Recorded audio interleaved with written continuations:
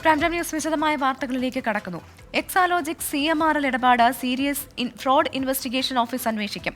വ്യവസായ വകുപ്പിന് കീഴിലുള്ള KSIDCയും അന്വേഷണ പരിധിയിലുണ്ട്. വീണയുടെ കമ്പനിയായ എക്സാലോജിക് KSIDCക്ക് ഓഹരിയുള്ള CMRL നിന്ന് പണം വാങ്ങിയത് ചട്ടലംഘനമാണെന്ന് രജിസ്ട്രാർ ഓഫ് കമ്പനീസ് കണ്ടെത്തിയിരുന്നു.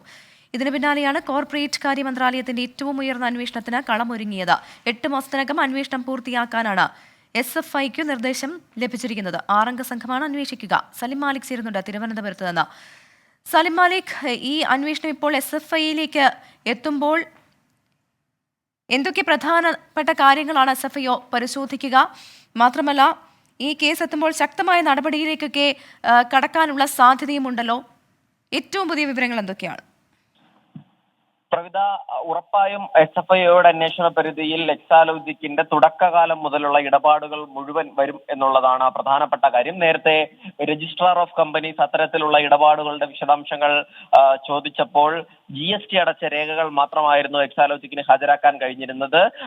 മറ്റ് പ്രധാനപ്പെട്ട രേഖകളൊന്നും ഹാജരാക്കാൻ കഴിഞ്ഞിരുന്നില്ല. അതുകൊണ്ട് തന്നെ SFIOയും അത്തരം രേഖകൾ ആവശ്യപ്പെടുമ്പോൾ GST അടച്ച രേഖകൾ മാത്രമാണ് ഹാജരാക്കുന്നതെങ്കിൽ ഉറപ്പായും എക്സാലോജിക്കിനും പ്രത്യേകിച്ച് മുഖ്യമന്ത്രിയുടെ മകൾ വീണ വിജയനും ഒക്കെ വലിയ പ്രതിസന്ധിയിലേക്ക് പോകുന്നൊരു സാഹചര്യമുണ്ട്. SFIOയുടെ അന്വേഷണം പക്ഷേ അപ്രതീക്ഷിതമല്ല. നേരത്തെ തന്നെ ഈ ROC റിപ്പോർട്ട് പുറത്തു വന്നതിന് പിന്നാലെ തന്നെ SFIO അന്വേഷണം പ്രഖ്യാപിക്കുമെന്ന് ഈ കേരള സർക്കാരിന് തന്നെ അറിയാമായിരുന്നു. അതിന്റെ ഭാഗമായി കൂടിയുള്ള ഇടപെടലുകൾ നടത്തിയിട്ടുണ്ട്. എന്തായാലും കോർപ്പറേറ്റ് മന്ത്രാലയത്തിന്റെ കീഴിലെ ഏറ്റവും ഉയർന്ന ഏജൻസിയാണ് SFIO. അത് ഈ കേസിലേക്ക് വരുമ്പോൾ ഉറപ്പായും അതിന്റെ ഗൗരവം വർദ്ധിച്ചിട്ടുണ്ട് എന്നുള്ള കാര്യത്തിൽ തർക്കമില്ല. മാത്രമല്ല 6 അംഗ സംഘമാണ് ഈ കേസ് അന്വേഷിക്കുക.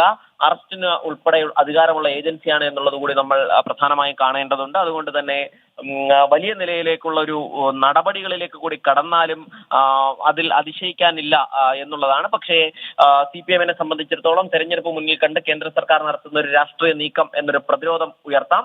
പക്ഷെ ആ പ്രതിരോധത്തെ കേരളത്തിലെ തന്നെ BJPക്ക് ആ പ്രതിരോധത്തെ ഖണ്ഡിക്കും വിധത്തിലുള്ള ഈ ചില ഇടപെടലുകൾ നടത്താം. കാരണം ഉറപ്പായും അന്വേഷണ ഏജൻസികളിലെ 3 അന്വേഷണ ഉദ്യോഗസ്ഥരും ഒരേപോലെ തന്നെ തുടരന്വേഷണം ആവശ്യപ്പെട്ടാൽ SFIOയെ അന്വേഷണത്തിന് നിയോഗിക്കാം എന്നുള്ളൊരു നിലയുണ്ടായിരുന്നു. മാത്രമല്ല നേരത്തെ തന്നെ SFIOയുടെ അന്വേഷണത്തിന് തടസ്സമില്ലെന്ന് ഹൈക്കോടതിയും വ്യക്തമാക്കിയിട്ടുണ്ട്. അതുകൊണ്ട് തന്നെ അത്തരത്തിലൊരു പ്രതിരോധം ഈ രാഷ്ട്രീയ ലക്ഷ്യമാണ് എന്നൊരു ആരോപണം CPM ഉയർത്തിയാൽ അതിനെ പ്രതിരോധിക്കാൻ BJPക്ക് കഴിയുകയും ചെയ്യും. എന്തായാലും വിഷയത്തിൽ കേന്ദ്ര സർക്കാരിന്റെ നിലപാട് വ്യക്തമാകാത്തതിൽ ഹൈക്കോടതി നേരത്തെ അതൃപ്തി പ്രകടിപ്പിച്ചിരുന്നു. അതിനുശേഷം പിന്നീട് ഫെബ്രുവരി 12 ഈ കേസ് പരിഗണിക്കാനിരിക്കുകയാണ്. അതിനിടയിലാണ് എക്സാലോജിക്കിനും CMRL-നും ഉൾപ്പെടെയുള്ള അന്വേഷണ ഏജൻസികളിലേക്ക് ഈ SFIOയുടെ അന്വേഷണം എത്തുന്നത്. മാത്രമല്ല ഇല്ലാത്ത സേവനത്തിന് പ്രതിഫലം നൽകി എന്നുള്ള കണ്ടെത്തലാണ് ഏറ്റവും പ്രധാനമായും SFIO അന്വേഷിക്കുക. ഷോൺ ജോർജ് സമർപ്പിച്ച ഹർജിയാണ് ഈ നടപടിയിലേക്ക് കോടതി നടപടിയിലേക്ക് എത്തിക്കുന്നത് എന്നുള്ളത് കൂടി പ്രധാനപ്പെട്ട ഒരു കാര്യമായി വരുന്നു. മാത്രമല്ല ഈ അന്വേഷണം പ്രഖ്യാപിച്ച ദിവസത്തിന് കൂടി പ്രത്യേകതയുണ്ട്. കാരണം ഈ വിഷയത്തിൽ ഏറെ നാളായി മൗനം തുടരുന്ന മുഖ്യമന്ത്രി ആ മൗനം ഭംഗിച്ച് ഇന്ന് നിയമസഭയിൽ വലിയ നിലയിൽ ഇക്കാര്യത്തെക്കുറിച്ച് പറഞ്ഞിരുന്നു. തന്റെ കൈകൾ ശുദ്ധമാണ്. മാത്രമല്ല ആദ്യം തന്റെ ഭാര്യയെ ലക്ഷ്യം വെച്ചായിരുന്നു രാഷ്ട്രീയ ശത്രുക്കൾ ആരോപണങ്ങൾ ഉന്നയിച്ചിരുന്നത്. അത് മാറി അതിനുശേഷം തന്റെ മകളിലേക്ക് വരികയായിരുന്നു. മകൾ ഈ കമ്പനി തുടങ്ങിയത് പോലും തന്റെ ഭാര്യയ്ക്ക് ലഭിച്ച റിട്ടയർമെന്റ് തുക കൊണ്ടാണ്. തങ്ങളുടെ കൈകൾ ശുദ്ധമാണ്. അതുകൊണ്ട് തന്നെ തല ഉയർത്തിപ്പിടിച്ച് പറയാൻ കഴിയും ഒരു അന്വേഷണത്തെയും ഭയമില്ല എന്നൊക്കെ നിയമസഭയിൽ മുഖ്യമന്ത്രി വ്യക്തമാക്കിയ അതേ ദിവസം തന്നെയാണ് SFIO ഈ കേസിലെ അന്വേഷണത്തിലേക്ക് വരുന്നത് എന്നുള്ളത് കൂടി ഏറ്റവും പ്രധാനപ്പെട്ട കാര്യമായി നമുക്ക് കാണേണ്ടതുണ്ട്. മാത്രമല്ല നേരത്തെ ഈ ഗുരുതരമായ കണ്ടെത്തലുകൾ രജിസ്ട്രാർ ഓഫ് കമ്പനീസിന്റെ അന്വേഷണത്തിൽ പുറത്തു വന്നിരുന്നു എന്നുള്ളതാണ്. അതിൽ കൃത്യമായ മറുപടി എക്സാലോജിക്കിന് നൽകാൻ കഴിയാത്തത് തന്നെയാണ് ഏറ്റവും ഈ SFIOയുടെ അന്വേഷണം ഉൾപ്പെടെ ഉള്ള കാര്യങ്ങളിലേക്ക് നയിച്ചത് എന്നുള്ളത് വ്യക്തമാണ്. വലിയ ദുരൂഹമായ ഇടപാടുകളാണ് നടന്നത് ഇതുമായി ബന്ധപ്പെട്ട് എന്നുള്ളതായിരുന്നു ROC റിപ്പോർട്ടിൽ ഉണ്ടായിരുന്നത്. സോഫ്റ്റ്വെയറിന്റെ സർവീസ് ആവശ്യപ്പെട്ട CMRL പരസ്യം നൽകിയതിന്റെയോ ഇടപാടിന് മുൻപോ ശേഷമോ CMRL-ഓ അതല്ലെങ്കിൽ എക്സാലോജിക്കോ നടത്തിയ ആശയവിനിമയത്തിന്റെയോ രേഖകൾ സമർപ്പിച്ചിട്ടില്ല എന്നുള്ളതാണ് ROC-യുടെ റിപ്പോർട്ട് ഇതുമായി ബന്ധപ്പെട്ടുള്ള ഇടപാടിനെ കുറിച്ച് പറഞ്ഞത്. മാത്രമല്ല കരാറ് പോലും എക്സാലോജിക്കിനോ CMRL-നോ ഹാജരാക്കാനായില്ല എന്നുകൂടി ആ റിപ്പോർട്ടിൽ ഒരു ഗുരുതര പരാമർശമായി ഉണ്ടായിരുന്നു. കിട്ടിയ പണത്തിന്റെ GST അടച്ചിട്ടുണ്ട് എന്നുള്ളൊരു മറുപടി മാത്രമായിരുന്നു ബംഗളൂരുവിലെ ROC-ക്ക് നൽകിയ മറുപടിയിൽ എക്സാലോജിക്ക് വിശദീകരിച്ചത്. പക്ഷേ എന്തിന് ഈ പണം കിട്ടി, എന്തിന് പണം നൽകി എന്നുള്ളതിനുള്ള ഒരു തെളിവും ഹാജരാക്കാനും എക്സാലോജിക്കിന് കഴിഞ്ഞിരുന്നില്ല എന്നുള്ളത് ROC റിപ്പോർട്ട് പറയുന്നു. അതിനാൽ തന്നെ കമ്പനീസ് ആക്ട് 2013 പ്രകാരം കമ്പനികാരി ഇടപാടുകളിൽ തട്ടിപ്പ് നടത്തുന്നതിനെതിരെയുള്ള സെക്ഷൻ 447 ഒപ്പം രേഖകളിൽ കൃത്രിമത്വം കാണിച്ചതിനുള്ള സെക്ഷൻ 448 എന്നീ വകുപ്പുകൾ പ്രകാരം എക്സാലോജിക്കിനെതിരെ നടപടിയെടുക്കാമെന്ന് ROCയുടെ പ്രാഥമിക അന്വേഷണ റിപ്പോർട്ടിൽ തന്നെ പറഞ്ഞിരുന്നു. അതിൽ തന്നെ തടവും പിഴശിക്ഷയും കിട്ടാവുന്ന വകുപ്പുകളാണ്. പക്ഷേ ROC റിപ്പോർട്ട് അറസ്റ്റിന് അധികാരമുള്ള ഏജൻസി ആയിരുന്നില്ല. പക്ഷേ ഇപ്പോൾ SFIO വരുമ്പോൾ അത് അറസ്റ്റിന് അധികാരമുള്ള ഏജൻസിയാണ്. ഇതേ കണ്ടെത്തലുകൾ SFIOയും കണ്ടെത്തിയാൽ ഒരുപക്ഷെ ഈ കണക്കുകൾ പരിശോധിച്ച ശേഷം ആ നിലയിലേക്ക് വന്നാൽ അറസ്റ്റ് ഉൾപ്പെടെയുള്ള നടപടികളിലേക്ക് കടക്കാം. പ്രധാനമായും സർക്കാർ ഓഹരിയുള്ള കമ്പനിയാണ് CMRL. അതുകൊണ്ട് തന്നെ കമ്പനീസ് ആക്ട് പ്രകാരം റിലേറ്റഡ് പാർട്ടിയുമായി ഇടപാട് നടത്തുമ്പോൾ അത് ബോർഡിനെ അറിയിക്കണം. പക്ഷേ ഇവിടെ മുഖ്യമന്ത്രിയുടെ മകളുടെ കമ്പനിയുമായുള്ള ഇടപാട് CMRL ബോർഡിനെ അറിയിച്ചിരുന്നില്ല എന്നുള്ളത് ഒരു കണ്ടെത്തലായി നിൽക്കുന്നുണ്ട്. അത് സെക്ഷൻ 188 ലംഘനമാണ്. അങ്ങനെ പ്രാഥമിക അന്വേഷണത്തിൽ തന്നെ ക്രമക്കേടുകൾ കണ്ടെത്തിയത് കൊണ്ട് തന്നെ വിശദ അന്വേഷണം വേണമെന്നൊരു ROC റിപ്പോർട്ട് ഉണ്ടായിരുന്നു. അതിന്റെ അടിസ്ഥാനത്തിലാണ് കോർപ്പറേറ്റ് അഫയേഴ്സ് മന്ത്രാലയം വിശദമായ അന്വേഷണത്തിന് ഉത്തരവിട്ടിരിക്കുന്നത്. SFIO ഇതിലേക്ക് വരുമ്പോൾ അത് നൽകാത്ത സേവനത്തിന് എക്സാലോജിക്ക് പണം കൈപ്പറ്റിയെന്ന ആദായ നികുതിയുടെ ഇന്ററിം സെറ്റിൽമെന്റ് ബോർഡിലെ ഉത്തരവിലെ കണ്ടെത്തലുകൾ ഉൾപ്പെടെ അന്വേഷണ പരിധിയിലേക്ക് വരും. എക്സാലോജിക്കിന്റെ ഭാഗം കേൾക്കാതെയാണ് ഇന്ററിം സെറ്റിൽമെന്റ് ബോർഡ് ഉത്തരവിട്ടത് എന്നുള്ളൊരു മുഖ്യമന്ത്രിയുടെയും CPIMന്റെയും വാദവും ഇനി നിലനിൽക്കില്ല. എന്തായാലും അത്തരത്തിലുള്ള കാര്യങ്ങളെല്ലാം അവരുടെ വിശദാംശങ്ങളെല്ലാം ആവശ്യപ്പെട്ടിട്ടും ROC റിപ്പോർട്ടിൽ ഒരു രേഖ പോലും ഹാജരാക്കാൻ കഴിഞ്ഞില്ല എന്നൊരു വസ്തുത മുന്നിൽ നിൽക്കുന്നത് കൊണ്ട് തന്നെ SFIOയുടെ അന്വേഷണം അത് ഉറപ്പായും സർക്കാർ ചോദിക്കേണ്ടതുണ്ട്. മാത്രമല്ല ഈ അന്വേഷണത്തിലേക്ക് എത്തുമ്പോൾ ഈ കേസ് ഇപ്പോൾ, അതായത് ഷോൺ ജോർജ് നൽകിയ ഹർജി ഇപ്പോൾ ഹൈക്കോടതിയുടെ പരിഗണനയിലാണ് ഉള്ളത്. കേന്ദ്ര സർക്കാരിനാണ് ഈ അന്വേഷണത്തിൽ ഉത്തരവിടാൻ അധികാരമുള്ളത്. അവർക്ക് ഉത്തരവ്, അതായത് അന്വേഷണത്തിന് ഉത്തരവിടാം എന്ന് മുൻപ് തന്നെ ഹൈക്കോടതി ചീഫ് ജസ്റ്റിസ് ദേവൻ രാമചന്ദ്രൻ നിരീക്ഷിക്കുകയും ചെയ്തിരുന്നു. ഈ ഒരു സാഹചര്യത്തിൽ കൂടി അന്വേഷണം വരുമ്പോൾ സർക്കാരിനെ സംബന്ധിച്ച് എന്തായാലും കാര്യങ്ങൾ അത്ര എളുപ്പമാകില്ലല്ലോ. ഉറപ്പായും പ്രവിധ, പ്രത്യേകിച്ചും ഒരു നിയമസഭാ സമ്മേളനം കൂടി നടക്കുന്നത് കൊണ്ട് തന്നെ 15-ാം തീയതി വരെ ബജറ്റ് സമ്മേളനം നീളും. ആ ദിവസം വരെയും ഇത് സർക്കാരിനെ നിയമസഭയിൽ വേട്ടയാടും. അതിനുശേഷവും തെരുവിൽ ഉൾപ്പെടെ വലിയ നിലയിലുള്ള പ്രതിരോധം സർക്കാർ നേരിടേണ്ടി വരുമെന്നുള്ള കാര്യത്തിൽ തർക്കമില്ല. മാത്രമല്ല ഷോൺ ജോർജ് മാത്രമല്ല, ഇതുമായി ബന്ധപ്പെട്ട് കോൺഗ്രസ് MLA മാത്യു കുഴൽനാടനും നിരന്തരം സർക്കാരിനെതിരെ വലിയ രൂക്ഷമായ വിമർശനങ്ങളുമായി രംഗത്തെത്തിയിരുന്നു. അത്തരത്തിലുള്ള വിമർശനങ്ങൾക്കൊക്കെ ഇനി കടുപ്പമേറും എന്നുള്ളതാണ് ഏറ്റവും പ്രധാനപ്പെട്ട കാര്യം. അത് എങ്ങനെ പ്രതിരോധിക്കും എന്നുള്ളതാണ് CPIMനെയും മുഖ്യമന്ത്രിയെയും ഉറപ്പായും കുഴയ്ക്കുക. പ്രത്യേകിച്ചും വീണാ വിജയനെ പ്രതിരോധിക്കേണ്ടതില്ല എന്നൊരു നിലപാട് CPIM നേരത്തെ സ്വീകരിച്ചിരുന്നു. പക്ഷേ വീണാ വിജയനിലൂടെ മുഖ്യമന്ത്രിയെ ലക്ഷ്യം വെച്ച് എന്തെങ്കിലും അക്രമങ്ങൾ നടത്തിയാൽ, അതല്ലെങ്കിൽ അത്തരത്തിലുള്ള ആരോപണങ്ങൾ നടത്തിയാൽ മുഖ്യമന്ത്രിയെ പ്രതിരോധിക്കും എന്നുള്ളതായിരുന്നു CPIMന്റെ നിലപാട്. ഇനി ആ നിലയിൽ തന്നെ വീണാ വിജയനെ പ്രതിരോധിക്കേണ്ടതില്ല, ഈ വിഷയം സംസാരിക്കേണ്ടതില്ല എന്നാകുമോ CPIM സ്വീകരിക്കുന്ന നിലപാട് എന്നുള്ളത് കാത്തിരുന്ന് കാണേണ്ടതാണ്. എന്തായാലും മറുപടി പറയാനൊപ്പം അതിലെ വല്ലാതെ CPIM ബുദ്ധിമുട്ടും. പക്ഷേ CPIM ഉയർത്താൻ പോകുന്ന, അല്ലെങ്കിൽ മുഖ്യമന്ത്രി ഉയർത്താൻ പോകുന്ന വാദം, പ്രത്യേകിച്ചും പാർലമെന്റ് തെരഞ്ഞെടുപ്പ് കൂടി അടുത്തിരിക്കുന്ന സാഹചര്യത്തിൽ അത്തരത്തിലൊരു രാഷ്ട്രീയ ലക്ഷ്യത്തോടു കൂടിയുള്ള ഒരു അന്വേഷണമാണ് ഇത് സീരിയസ് ഫ്രോഡ് ഇൻവെസ്റ്റിഗേഷൻ ഏജൻസിയുടേത് എന്നുള്ളത് തന്നെയാവും ഏറ്റവും പ്രധാനമായും ഉയർത്തുന്ന ഒരു പ്രതിരോധം.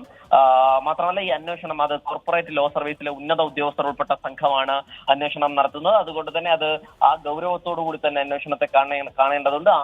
അതിനോട് എങ്ങനെയാകും മുഖ്യമന്ത്രി ഉൾപ്പെടെയുള്ളവർ പ്രതിരോധിക്കുക, അന്വേഷണത്തെ സ്വാഗതം ചെയ്യുമോ എന്നുള്ളതൊക്കെ കാത്തിരുന്ന് കാണേണ്ടതാണ്. നേരത്തെ പ്രതിപക്ഷം ഈ അന്വേഷണത്തെ സ്വാഗതം ചെയ്തു എന്ന് തന്നെയാണ് മാത്യു കുഴൽനാടൻ MLAയുടെ വാക്കുകളിൽ നിന്ന് നമുക്ക് മനസ്സിലാക്കാൻ കഴിഞ്ഞത്. എന്തായാലും കോർപ്പറേറ്റ് മന്ത്രാലയത്തിന് കീഴിൽ ഏറ്റവും ഉയർന്ന അന്വേഷണ ഏജൻസി, അതും അറസ്റ്റിന് അധികാരമുള്ള അന്വേഷണ ഏജൻസി സ്വാഭാവികമായും കേസിലേക്ക് വരുമ്പോൾ കേസിന്റെ ഗൗരവം മാറുന്നു, കേസിന്റെ സ്വഭാവം മാറുന്നു. സാധാരണ ഒരു സിവിൽ കേസിനപ്പുറത്തേക്ക് അത് വലിയ ക്യാൻവാസിലുള്ള ഒരു കേസായി മാറും എന്നുള്ള കാര്യത്തിൽ തർക്കമില്ല. പ്രവിധ, ശരി, മുഖ്യമന്ത്രിയെ സംബന്ധിച്ചും ഈ സർക്കാരിനെ സംബന്ധിച്ചും അത്ര എളുപ്പമുള്ള നാളുകളായിരിക്കില്ല ഇനി വരാനിരിക്കുന്നത്. കാരണം സഭാ സമ്മേളനം കൂടി നടക്കുന്ന സാഹചര്യത്തിൽ ഇത് വലിയ വിവാദമാക്കാൻ പ്രതിപക്ഷം ശ്രമിക്കുകയും ചെയ്യുമെന്നുള്ള കാര്യത്തിൽ യാതൊരു സംശയവുമില്ല.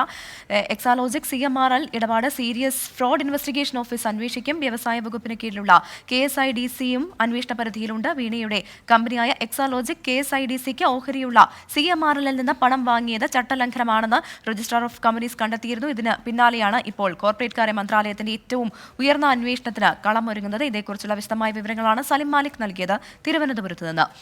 എക്സാലോജിക്കിനെതിരെ SFIO അന്വേഷണം അസാധാരണ സാഹചര്യമെന്ന് മാത്യു കുഴൽനാടൻ MLA. വിഷയം ഗുരുതരമെന്നും മാത്യു കുഴൽനാടൻ MLA 24നോട് പ്രതികരിച്ചു. കമ്പനിയുടെ പ്രവർത്തനം സുതാര്യമല്ല എന്ന് മാത്രമല്ല, നിയമവിരുദ്ധമായ കാര്യങ്ങൾ നടന്നു എന്ന് പ്രഥമ ദൃഷ്ട്യാ ബോധ്യപ്പെട്ടതിന്റെ അടിസ്ഥാനത്തിലാണ് സീരിയസ് ഫ്രോഡ് ഇൻവെസ്റ്റിഗേഷൻ എന്ന് പറയുന്ന താരതമ്യേന വളരെ ഗൗരവമുള്ള ഒരു കുറ്റകൃത്യത്തിന്റെ ഗണത്തിലേക്ക് പെടുത്തി ഈ കമ്പനിയുടെ പ്രവർത്തനങ്ങൾ അന്വേഷിക്കുന്നു. അതും ഒരു മുഖ്യമന്ത്രിയുടെ മകൾ നടത്തുന്ന ഒരു കമ്പനി ഒരു സീരിയസ് ഫ്രോഡ് ഇൻവെസ്റ്റിഗേഷൻ ഏജൻസിയുടെ റഡാറിനുണ്ടല്ലോ, അല്ലെങ്കിൽ അതിന്റെ ഇൻവെസ്റ്റിഗേഷനിൽ വരിക എന്ന് പറയുന്നത് എത്രമാത്രം ഗൗരവമുള്ള കാര്യമാണ് എന്ന് നമ്മളെല്ലാവരും വിലയിരുത്തണം. ഒരുപാട് ദുരൂഹമായ ഇടപാടുകൾ ഈ കമ്പനി നടത്തിയിട്ടുണ്ട്. ഇത് രേഖകൾ സംസാരിക്കുമെന്നും സത്യം പുറത്തുവരുമെന്നും പരാതിക്കാരനായ ഷോൺ ജോർജ് 24-നോട് പ്രതികരിച്ചു. വലിയ സന്തോഷമുണ്ട്. കാരണം ഈ കേസ് എന്ന് പറയുന്നത് കേരള സംസ്ഥാനത്തെ ഒരു പബ്ലിക് ലിമിറ്റഡ് കമ്പനി 135 കോടി രൂപ അഴിമതി പണമായി വിവിധ രാഷ്ട്രീയ നേതാക്കൾക്കും മതസംഘടനകൾക്കും ട്രേഡ് യൂണിയനുകൾക്കും വിതരണം ചെയ്തു എന്ന് ഇന്ത്യയിലെ ഒരു ജുഡീഷ്യൽ ബോഡിയുടെ ഒരു റിപ്പോർട്ട് ഉണ്ടായിട്ട് അതിന്മേൽ അന്വേഷണം ഉണ്ടായിട്ടില്ല. ആ അന്വേഷണമാണ് ഞാൻ ആവശ്യപ്പെട്ടത്. ആ അന്വേഷണം ഇപ്പോൾ ആരംഭിക്കാൻ ഇപ്പോൾ ഇത്തരത്തിലൊരു ഓർഡർ ആകാൻ കഴിഞ്ഞതിൽ എനിക്ക് ഏറെ സന്തോഷമുണ്ട്. നന്ദി പ്രമേയ ചർച്ചയുടെ മറുപടി പ്രസംഗത്തിൽ മകൾ വീണ വിജയന്റെ എക്സാലോജിക് കമ്പനിക്കെതിരായ ആരോപണങ്ങൾക്ക് മുഖ്യമന്ത്രിയുടെ വിശദീകരണം. തന്റെ കൈകൾ ശുദ്ധമാണെന്നും അതുകൊണ്ട് തല ഉയർത്തി മറുപടി പറയുമെന്നും പിണറായി വിജയൻ നിയമസഭയിൽ പറഞ്ഞു. ഭാര്യ സർവീസിൽ നിന്ന് വിരമിച്ചപ്പോൾ കിട്ടിയ പണമാണ് മകൾ വീണയ്ക്ക് കമ്പനി തുടങ്ങാൻ നൽകിയത്. കമല ഇന്റർനാഷണൽ എന്ന പേരിൽ പണ്ട് ഉയർന്ന വിമർശനങ്ങൾ ചൂണ്ടിക്കാട്ടിയ മുഖ്യമന്ത്രി ഇപ്പോൾ മകൾക്കെതിരെയാണ് ചിലർ തിരിഞ്ഞിരിക്കുന്നത് എന്നും വിമർശിച്ചു. അതേസമയം ആരോപണം ആവർത്തിച്ച പ്രതിപക്ഷ നേതാവ് ഒരു വിശദീകരണവും തൃപ്തികരമല്ലെന്നും ചൂണ്ടിക്കാട്ടി. ഗവർണർ അവതരിപ്പിച്ച നയപ്രഖ്യാപന പ്രസംഗത്തിന്മേലുള്ള നന്ദിപ്രമേയ ചർച്ചയുടെ മറുപടിയുടെ അവസാനമാണ് വീണ വിജയനുമായി ബന്ധപ്പെട്ട ആരോപണത്തിൽ മുഖ്യമന്ത്രി പ്രതികരിച്ചത്. കമല ഇന്റർനാഷണൽ, ടെക്നിക്കാലിയ, സിംഗപ്പൂർ യാത്ര അങ്ങനെ നേരത്തെ ഭാര്യയ്ക്കെതിരെയായിരുന്നുവെങ്കിൽ ഇപ്പോൾ മകൾക്കെതിരെ തിരിഞ്ഞുവെന്ന് മുഖ്യമന്ത്രി. നേരത്തെ ഭാര്യയെക്കുറിച്ചായിരുന്നു, ഇപ്പം മെല്ലെ മകളിലേക്ക് എത്തിയിട്ടുണ്ട്. ഇങ്ങനെയുള്ള കാര്യങ്ങളൊന്നും കേൾക്കുമ്പോൾ എനിക്കൊരു മാനസിക കുലുക്കം ഉണ്ടാവില്ല. ഞാൻ പരസ്യമായിട്ടൊരു യോഗത്തിൽ പറഞ്ഞല്ലോ, മനസ്സമാധാനമാണ് പ്രധാനം. ഒന്നും എന്നെ യേശില്ല. യേശാത്തത് ഇതുകൊണ്ട് തന്നെയാണ്. അതൊരു അഹംഭാവം പറച്ചിലൊന്നുമല്ല. ഈ കൈകൾ ശുദ്ധമാണ്, അതുകൊണ്ട് തന്നെയാണ്. എക്സാലോജിക് രേഖകളൊന്നും ഹാജരാക്കിയില്ലെന്ന ആരോപണം ആവർത്തിച്ച വി.ഡി. സതീശൻ മുഖ്യമന്ത്രിയെ രൂക്ഷമായി വിമർശിച്ചിരുന്നു. മുഖ്യമന്ത്രി നിയമസഭയിൽ പറഞ്ഞത് ശരിയായിരുന്നില്ല, അവാസ്തവമായിരുന്നു. പച്ചക്കള്ളമൊന്നും ഞാൻ പറയല്ല, അവാസ്തവമായിരുന്നു. ഈ അവസരം കൊടുത്തിട്ടും അവർ ഒരു രേഖയും ഹാജരാക്കിയില്ല. അപ്പൊ അത് ലീഗൽ ട്രാൻസാക്ഷൻ ആയിരുന്നില്ല അവരുടെ അക്കൗണ്ടിലേക്ക് വന്നത്. കമ്പനിയുടെ അക്കൗണ്ടിലും അവരുടെ അക്കൗണ്ടിലേക്ക് വന്നത് ലീഗൽ ട്രാൻസാക്ഷൻ ആയിരുന്നില്ല. അത് പ്രിവെൻഷൻ ഓഫ് മണി ലോണ്ടറിംഗ് ആക്ടിന്റെ പരിധിയിൽ വരും. കള്ളപ്പണം വെളുപ്പിച്ച നടപടിയാണ് എന്നാണ് ഫൈൻഡിംഗ്. ഡൽഹിയിലെ സമരത്തിന് ഒറ്റയ്ക്ക് പോകണമെന്നല്ല ആഗ്രഹിച്ചതെന്ന് മുഖ്യമന്ത്രി വിശദീകരിച്ചു. LDF-ൽ ചർച്ച ചെയ്യും മുൻപ് പ്രതിപക്ഷവുമായി സംസാരിച്ചിരുന്നു. പ്രധാനമന്ത്രി എത്തിയപ്പോൾ സ്വീകരിക്കാൻ പോയത് മുഖ്യമന്ത്രി എന്ന നിലയിലുള്ള ഉത്തരവാദിത്വത്തിന്റെ അടിസ്ഥാനത്തിലാണെന്നും മുഖ്യമന്ത്രി വ്യക്തമാക്കി. 2 മണിക്കൂറും 10 മിനിറ്റുമെടുത്താണ് മുഖ്യമന്ത്രി മറുപടി നൽകിയത്. തുടർന്ന് നന്ദിപ്രമേയം നിയമസഭ അംഗീകരിച്ചു. 24 തിരുവനന്തപുരം.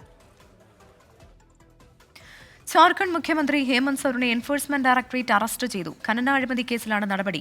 ഹേമന്ത് സോറൻ മുഖ്യമന്ത്രി സ്ഥാനം രാജിവെച്ചു. നിലവിലെ ഗതാഗത മന്ത്രി ചെമ്പൈ സോറൻ പുതിയ മുഖ്യമന്ത്രിയാകും. അച്യുതൻ ഡൽഹിയിൽ നിന്ന് ചേരുന്നുണ്ട്. അച്യുതൻ, JMM വിചാരിച്ചതുപോലെ തന്നെയാണ് കാര്യങ്ങൾ നീങ്ങുന്നത്. പക്ഷേ കൽപ്പന സോറൻ മുഖ്യമന്ത്രിയാകും എന്ന് പറഞ്ഞിരുന്നുവെങ്കിലും പാർട്ടിയിലെ ചില അഭിപ്രായ വ്യത്യാസത്തെ തുടർന്ന് അവരെ മുഖ്യമന്ത്രിയാക്കിയില്ല. പകരം ചെമ്പൈ സോറനാണ് മുഖ്യമന്ത്രിയാവുക. എപ്പോഴായിരിക്കും അദ്ദേഹത്തിന്റെ സത്യപ്രതിജ്ഞ? ഒപ്പം അറസ്റ്റിലായ ഹേമന്ത് സോറന്റെ മറ്റ് നടപടികൾ എങ്ങനെയാകും? പ്രവിധ നീണ്ട നേരത്തെ നടപടിക്രമങ്ങൾക്കൊടുവിലാണ് 9:30 ഹേമന്ത് സോറന്റെ അറസ്റ്റ് ED സംഘം രേഖപ്പെടുത്തിയിരിക്കുന്നത്. നിലവിൽ അദ്ദേഹത്തിന്റെ വൈദ്യ പരിശോധന അല്പസമയത്തിനകം നടക്കും. ഈ മെഡിക്കൽ സംഘം ഇപ്പോൾ റാഞ്ചിയിലെ ED ഓഫീസിൽ എത്തിയിട്ടുണ്ട്. മാത്രമല്ല നാളെ അദ്ദേഹത്തെ EDയുടെ പ്രത്യേക കോടതിയിൽ ഹാജരാക്കും. അതിൽ കസ്റ്റഡിയിൽ ആവശ്യപ്പെടുകയും ചെയ്യും. ഒരുപക്ഷെ ഡൽഹിയിൽ എത്തിക്കാനായിരിക്കും സാധ്യത. എന്തായാലും അത്തരം നടപടിക്രമങ്ങളാണ് ഹേമന്ത് സോറന്റെ വിഷയത്തിൽ EDക്ക് മുൻപിലുള്ളത്. ചെമ്പൈ സോറനെ സംബന്ധിച്ചാണെങ്കിൽ നാളെ ആയിരിക്കും അദ്ദേഹം മുഖ്യമന്ത്രിയായി സത്യപ്രതിജ്ഞ ചെയ്യുക. നിലവിൽ അദ്ദേഹം ഹേമന്ത് സോറന്റെ മന്ത്രിസഭയിലെ ഗതാഗത മന്ത്രിയായിരുന്നു. എന്തായാലും വലിയ രാഷ്ട്രീയ തയ്യാറെടുപ്പുകൾ JMM ഈ വിഷയവുമായി ബന്ധപ്പെട്ട് സ്വീകരിച്ചിരുന്നു. അതായത് ED ഇത്തവണ ചോദ്യം ചെയ്യുമ്പോൾ ഹേമന്ത് സോറന്റെ അറസ്റ്റ് അത് മുൻകൂട്ടി കണ്ടുകൊണ്ടുള്ള ഒരു തയ്യാറെടുപ്പാണ് പാർട്ടി സ്വീകരിച്ചത്. ഇന്നലെ നിയമസഭാ കക്ഷിയോഗം ചേരുകയും അതിൽ ഇത്തരം കാര്യങ്ങൾ ചർച്ച ചെയ്ത് ഒരു മുഖ്യമന്ത്രിയായി ചെമ്പൈ സോറനെ തന്നെ പരിഗണിക്കുകയാണ് ഉണ്ടായത്. കാരണം അദ്ദേഹത്തെ സംബന്ധിച്ച് JMM പാർട്ടിയെ സംബന്ധിച്ച് അദ്ദേഹം മുതിർന്ന നേതാവാണ്. ആ ഒരു പാരമ്പര്യം ഇതിനു മുൻപും മന്ത്രിയായിരുന്ന വ്യക്തി കൂടിയാണ്. അതെല്ലാം പരിഗണിച്ചുകൊണ്ട് ചെമ്പൈ സോറിലേക്ക് തന്നെ ആ മുഖ്യമന്ത്രി പദം നൽകുകയാണ് ചെയ്തിരിക്കുന്നത്. ഒപ്പം ഈ ED സംഘത്തിനോട് ഹേമന്ത് സോറൻ ആവശ്യപ്പെട്ടത് അദ്ദേഹം മുഖ്യമന്ത്രി സ്ഥാനം രാജിവെച്ചതിന് ശേഷം മാത്രമേ ഈ അറസ്റ്റ് മെമ്മോയടക്കം ഒപ്പിടുകയുള്ളൂ എന്നുള്ളതാണ്. ആവശ്യം ED അംഗീകരിക്കുകയും ED സംഘം രാജ്ഭവനിലെത്തി അദ്ദേഹത്തിന്റെ രാജി സമർപ്പിക്കുകയും ഗവർണർ രാജി സ്വീകരിക്കുകയുമാണ് കഴിഞ്ഞ മണിക്കൂറുകളിൽ ഉണ്ടായത്. എന്തായാലും നാളെ സോറിനെ പ്രത്യേക കോടതിയിൽ ഹാജരാക്കും. തുടർന്നായിരിക്കും മറ്റ് നടപടിക്രമങ്ങൾ ഉണ്ടാവുക. കവിത അച്യുതനാണ് വിവരങ്ങൾ നൽകിയത്. നിയമസഭയിൽ പ്രതിപക്ഷ നേതാവിനെതിരെ വൻ അഴിമതി ആരോപണം ഉന്നയിച്ച PV അൻവർ സിൽവർ ലൈൻ പദ്ധതി അട്ടിമറിക്കാനായി പ്രതിപക്ഷ നേതാവ് 150 കോടി രൂപ കൈക്കൂലി വാങ്ങിയെന്നാണ് ആരോപണം. കർണാടകയിലെയും ഹൈദരാബാദിലെയും IT ലോബിയിൽ നിന്ന് ലഭിച്ച പണം ശീതീകരിച്ച മീൻ വണ്ടിയിൽ കേരളത്തിലെത്തിച്ചുവെന്നും അൻവർ ആരോപിച്ചു. ആരോപണത്തെ പരിഹാസത്തോടെ പ്രതിപക്ഷ നേതാവ് തള്ളി.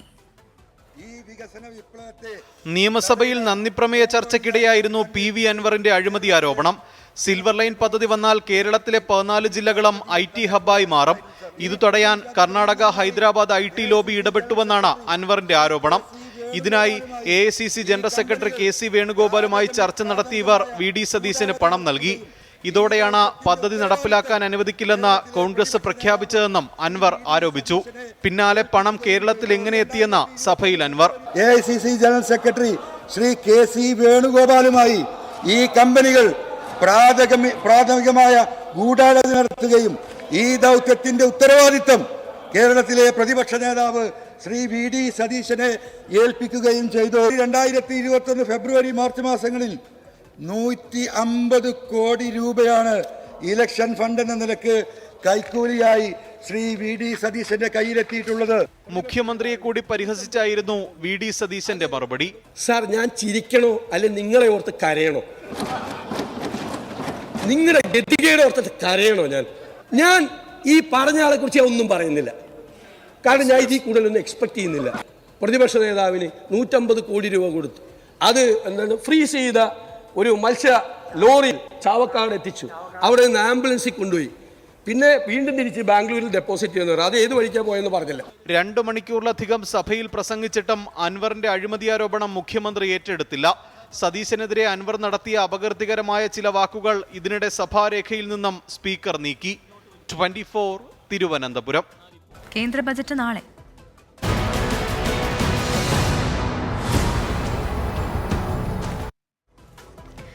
രണ്ടാം നരേന്ദ്രമോദി സർക്കാരിന്റെ അവസാന ബജറ്റ് കേന്ദ്ര ധനമന്ത്രി നിർമ്മലാ സീതാരാമൻ നാളെ പാർലമെന്റിൽ അവതരിപ്പിക്കും. ലോക്സഭാ തെരഞ്ഞെടുപ്പ് മുന്നിൽ കണ്ട് ജനപ്രിയ പ്രഖ്യാപനങ്ങൾ ബജറ്റിൽ ഉണ്ടാകുമെന്നാണ് സൂചന. സ്ത്രീപക്ഷ ബജറ്റായിരിക്കും ഇത്തവണത്തേതെന്ന് പ്രധാനമന്ത്രി നരേന്ദ്രമോദി പറഞ്ഞു.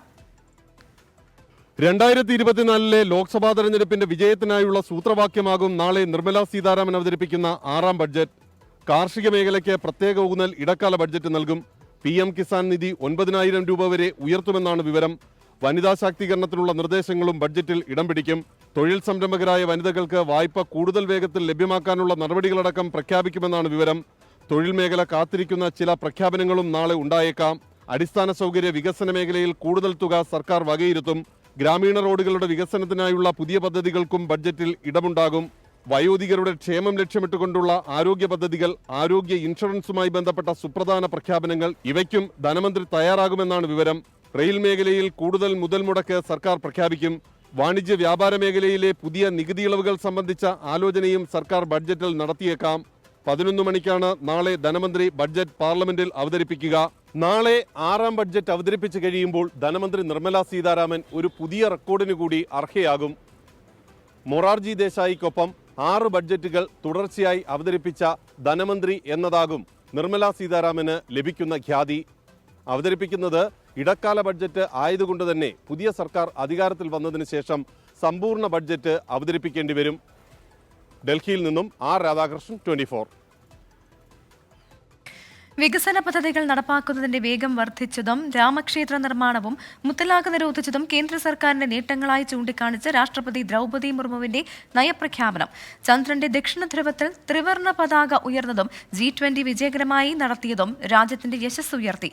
വനിതാ സംവരണ ബിൽ പാസാക്കിയതിന് പ്രധാനമന്ത്രി നരേന്ദ്രമോദിയെ നയപ്രഖ്യാപന പ്രസംഗത്തിൽ രാഷ്ട്രപതി അഭിനന്ദിച്ചു. राम मंदिर के निर्माण की आकांक्षा सदियों से थी, आज ये सोच हो चुका है. അയോധ്യയിൽ രാമക്ഷേത്രം യാഥാർത്ഥ്യമായത് നൂറ്റാണ്ടുകളുടെ കാത്തിരിപ്പിന് ശേഷമാണെന്ന പ്രസ്താവന ജയ് ശ്രീറാം വിളികളോടെ ഭരണപക്ഷം സ്വീകരിച്ചു. അമൃത് കാലത്തിന്റെ തുടക്കത്തിൽ നിർമ്മിച്ച പുതിയ പാർലമെന്റ് മന്ദിരത്തിലെ തന്റെ ആദ്യ പ്രസംഗമാണെന്ന് രാഷ്ട്രപതി ആമുഖമായി പറഞ്ഞു. രാജ്യത്തിന് ഐതിഹാസിക നേട്ടങ്ങൾ നൽകിയ വർഷങ്ങളാണ് കഴിഞ്ഞുപോയതെന്ന് രാഷ്ട്രപതി അനുസ്മരിച്ചു. പ്രതിസന്ധികൾക്കിടയിലും സമ്പദ്ഘടന വളർന്നു. ചന്ദ്രന്റെ ദക്ഷിണ ധ്രുവത്തിൽ ത്രിവർണ്ണ പതാക ഉയർത്തി. G20 വിജയകരമായി സംഘടിപ്പിച്ചു. കായിക രംഗത്തും നേട്ടങ്ങളുണ്ടായി. വനിതാ സംവരണ ബിൽ പാസാക്കിയതിന് പ്രധാനമന്ത്രി നരേന്ദ്രമോദിയെ അഭിനന്ദിക്കുന്നതായി രാഷ്ട്രപതി പറഞ്ഞു. 3 दशक बाद नारी शक्ति बंधन अधिनियम पारित करने के लिए मैं आपकी सराहना करती हूँ.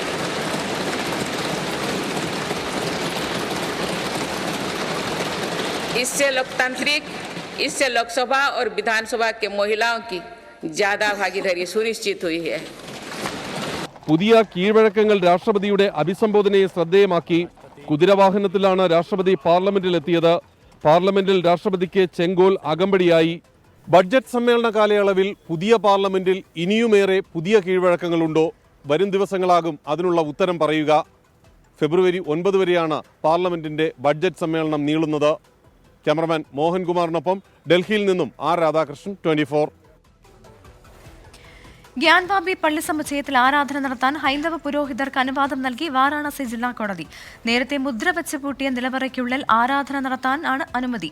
ജില്ലാ കോടതിയുടെ ഉത്തരവിനെതിരെ ഹൈക്കോടതിയെ സമീപിക്കാനാണ് മസ്ജിദ് കമ്മിറ്റിയുടെ തീരുമാനം. 10 നിലവറകളാണ് ഗ്യാൻവാബിയിലുള്ളത്. ഇതിലെ 3 എണ്ണത്തിൽ പൂജ നടത്താനാണ് അനുവാദം. കാശി വിശ്വനാഥ ക്ഷേത്രത്തിൽ നിന്നുള്ള പൂജാരിമാർക്ക് നിലവറയിൽ പൂജ നടത്താം. നിലവറയിലേക്ക് കടക്കുന്നത് തടഞ്ഞ് ഇപ്പോൾ ബാരിക്കേഡുകൾ നിലവിലുണ്ട്. ഈ ബാരിക്കേഡുകൾ നീക്കാനും കോടതി ആവശ്യപ്പെട്ടു. ആർക്കിയോളജിക്കൽ സർവേ ഓഫ് ഇന്ത്യക്ക് സർവേ നടത്താൻ നിലവറകൾ നേരത്തെ സുപ്രീം കോടതി ഉത്തരവ് പ്രകാരം മുദ്ര വെച്ചിരുന്നു.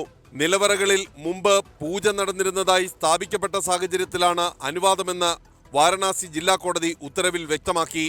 ഉത്തരവിനെതിരെ അപ്പീൽ സമർപ്പിക്കുമെന്ന് മുസ്ലിം വിഭാഗം അറിയിച്ചു. നാളെ തന്നെ അപ്പീൽ അലഹബാദ് ഹൈക്കോടതിയിൽ സമർപ്പിക്കുമെന്നാണ് വിവരം. ആർ രാധാകൃഷ്ണൻ, 24, ഡൽഹി. കരിപ്പൂർ വിമാനത്താവളത്തിൽ നിന്നുള്ള ഹജ്ജ് യാത്രാ നിരക്ക് കുറയും. കേന്ദ്ര ഹജ്ജ് കാര്യ വകുപ്പ് മന്ത്രി ഇളവ് ഉറപ്പു നൽകിയതായി മുസ്ലിം ലീഗ് എംപിമാരും ഇക്കാര്യം കേന്ദ്ര വ്യോമയാന വകുപ്പ് ഔദ്യോഗികമായി അറിയിച്ചത് മന്ത്രി വി അബ്ദുറഹ്മാനും വ്യക്തമാക്കി. അമിത വിമാന നിരക്കിനെതിരെ പ്രതിഷേധം രൂക്ഷമായ സാഹചര്യത്തിലാണ് കേന്ദ്രത്തിന്റെ ഇടപെടൽ. യാത്രാ നിരക്കിൽ ഇളവ് നൽകുന്ന കാര്യം ഗൗരവമായി പരിഗണിക്കാമെന്ന ഹജ്ജ് വകുപ്പ് മന്ത്രി വി അബ്ദുറഹ്മാന് കേന്ദ്ര വ്യോമയാന മന്ത്രി ജ്യോതിരാദിത്യ സിന്ധ്യയാണ് ഉറപ്പു നൽകിയത്. ഫോണിലൂടെയായിരുന്നു ആശയവിനിമയം. നിരക്ക് കുറക്കണമെന്നാവശ്യപ്പെട്ട് മുസ്ലിം ലീഗ് എംപിമാരായ ET മുഹമ്മദ് ബഷീർ, അബ്ദുസമദ് സമദാനി, PV അബ്ദുൽ വഹാബ് എന്നിവർ ന്യൂനപക്ഷ വകുപ്പ് മന്ത്രി സ്മൃതി ഇറാനിയെ നേരിൽ കണ്ട് നിവേദനം നൽകി. ടിക്കറ്റ് നിരക്കിൽ 40,000 രൂപയുടെ കുറവ് വരുമെന്ന് മന്ത്രിയുടെ ഓഫീസ് അറിയിച്ചതായി ലീഗ് എംപിമാർ വ്യക്തമാക്കി. ഇന്ന് മുസ്ലിം ലീഗിൻ്റെ എംപിമാർ ഞാനും പിന്നെ അബ്ദുസ്സമദ് വഹാബ് സാഹിബും കൂടി മിനിസ്റ്റർ കണ്ടിരുന്നു. സ്മൃതി ഇറാനി അവർ സംസാരിച്ചിരുന്നു. സ്റ്റേറ്റ് ഗവൺമെൻറ് അവരായിട്ട് വിളിച്ച് സംസാരിക്കേണ്ട സംഗതി കൂടിയാണ് എയർ ഇന്ത്യൻ്റെ ആൾക്കാർ.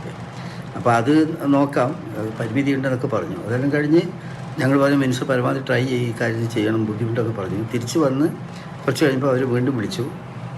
$500 വരെ പെർ ഹെഡ് അത് കുറക്കാനുള്ളൊരു സാധ്യതയുണ്ട് എന്നുള്ള വിവരം പറഞ്ഞു. 40,000 രൂപയോളം വ്യത്യാസം ഉണ്ടാവും. 40,000 രൂപ കുറച്ചാലും കണ്ണൂർ, നെടുമ്പാശ്ശേരി ഹജ്ജ് എംബാർക്കേഷൻ പോയിന്റുകൾ അപേക്ഷിച്ച് കരിപ്പൂരിൽ നിന്നുള്ള വിമാന നിരക്ക് അമിതമായി തന്നെ തുടരും. കരിപ്പൂരിൽ 1,65,000 രൂപയും മറ്റിടങ്ങളിൽ 86,000 രൂപയുമാണ് നിരക്ക്. നിരക്ക് വർധനയ്ക്കെതിരെ പ്രതിഷേധവും ശക്തമാണ്. യൂത്ത് ലീഗ് മലപ്പുറം ജില്ലാ കമ്മിറ്റി കരിപ്പൂരിൽ സമരസംഗമം നടത്തി. നാളെ കേരള മുസ്ലിം ജമാഅത്ത് ബഹുജന മാർച്ചും മറ്റന്നാൾ വൈകിട്ട് കോൺഗ്രസ് വിമാനത്താവളത്തിലേക്ക് നൈറ്റ് മാർച്ചും പ്രഖ്യാപിച്ചിട്ടുണ്ട്. 24 മലപ്പുറം. കേരള ജനപക്ഷ നേതാവ് PC ജോർജും മകൻ ഷോൺ ജോർജും BJPയിൽ ചേർന്നു. കേരള ജനപക്ഷം പാർട്ടി BJPയിൽ ലയിച്ചു. കേരള പ്രഭാരി പ്രകാശ് ജാവദേക്കർ, കേന്ദ്രമന്ത്രിമാരായ രാജീവ് ചന്ദ്രശേഖർ, P മുരളീധരൻ എന്നിവർ ചടങ്ങിൽ പങ്കെടുത്തു. പാർട്ടി ആവശ്യപ്പെട്ടാൽ പത്തനംതിട്ടയിൽ മത്സരിക്കുമെന്ന് PC ജോർജ് പറഞ്ഞു.